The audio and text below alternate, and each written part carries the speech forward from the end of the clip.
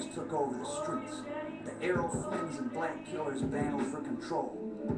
Detroit, like any major city, has had youth gangs for many years. They give themselves names like the Errol Flynns and the Black Killers.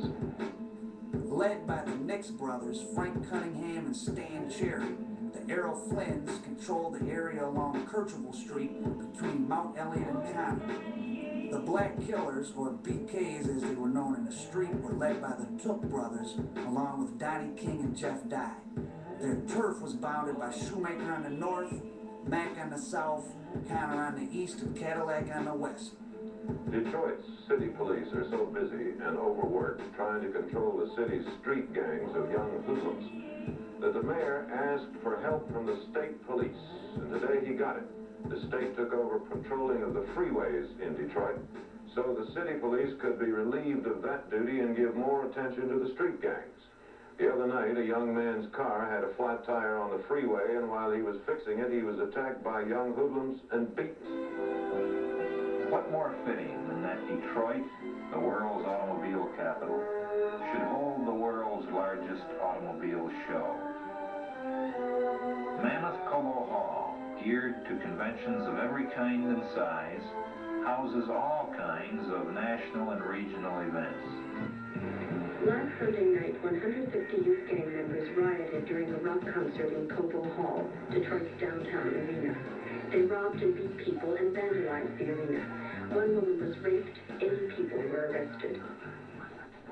After the riot at the concert, the city responded with force, and one gang member who didn't want his face shown told us the gangs are feeling police pressure. Can't do too much with the man out there on the street like he is.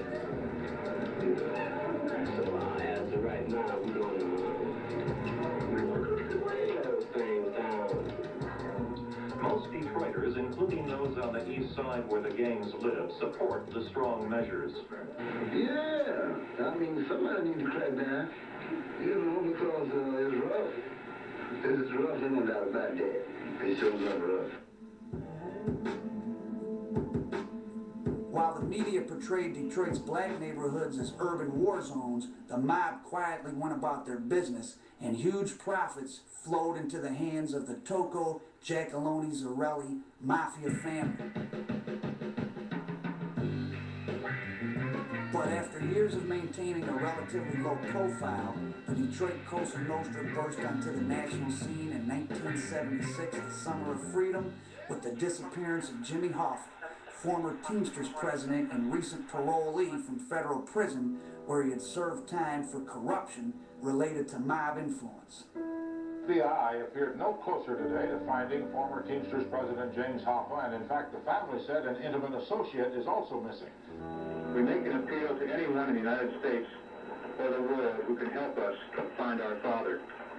In Miami, WTVJ reporter Kerry Millerick talked to former New Jersey Teamster boss Anthony Provenzano, one of the men the family believes Hoffa was supposed to meet last Wednesday. I have no evidence about Jimmy's whereabouts. The last time I seen Jimmy was in the boat in Lewisburg Penitentiary. That was November of 1970. And I haven't seen him since. I spoke to him on one occasion. He called me up, and I spoke to Jimmy, and that was the last time I had any connection with him whatsoever. He's a very active person. He's a very dear friend of mine. Is a very dear friend of mine. I feel there's no harm come upon Jimmy. Why do you think that? Because Jimmy was not a type of a guy. He didn't make no enemies. Really.